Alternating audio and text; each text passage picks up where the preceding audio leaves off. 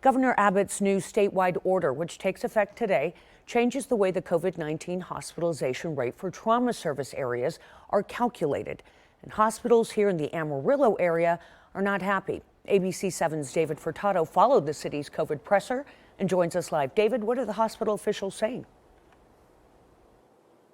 Yeah, Judy, this new order is making things a bit more complicated for hospitals because the calculation isn't representative of the true day-to-day capacity. Some officials are calling it problematic, and as you saw moments ago, one doctor is flabbergasted.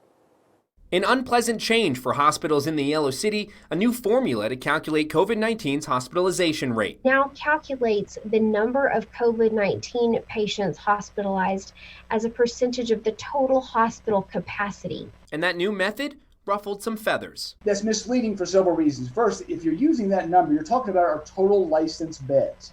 What that means is that they're assuming that all those licensed beds can somehow be utilized for a COVID-19 surge, and that's simply not true. Beds in units such as behavioral health, ICU, and the maternity ward can't be recruited to treat COVID-19 patients. Dr. Brian Weiss with Northwest Texas saying it overestimates the hospital's capacity to handle COVID-19 patients. A worrisome situation, he says, as the city's average new case count hits 214 new cases a day. These numbers reflect increasing widespread community transmission, hence level red. That level red status means we're seeing a surge in cases and in hospital capacity. Over at Northwest, they have patients waiting for ER beds every day, and BSA breaking records. In terms of the number of confirmed cases of COVID-19 that are requiring hospitalization at our facility. Now, these changes go across the 25 counties in the Amarillo trauma service area. But with the city seeing a rise in cases, this new calculation could give the wrong impression of where we are in the pandemic. I'm concerned this is going to give people a false sense of security that, gosh, the hospitals have lots of capacity. We really need to be looking at what is the census in our hospitals. Do we have holds in the emergency room? Because if we have holds in the emergency room, it tells us that census is probably the hospital's at capacity.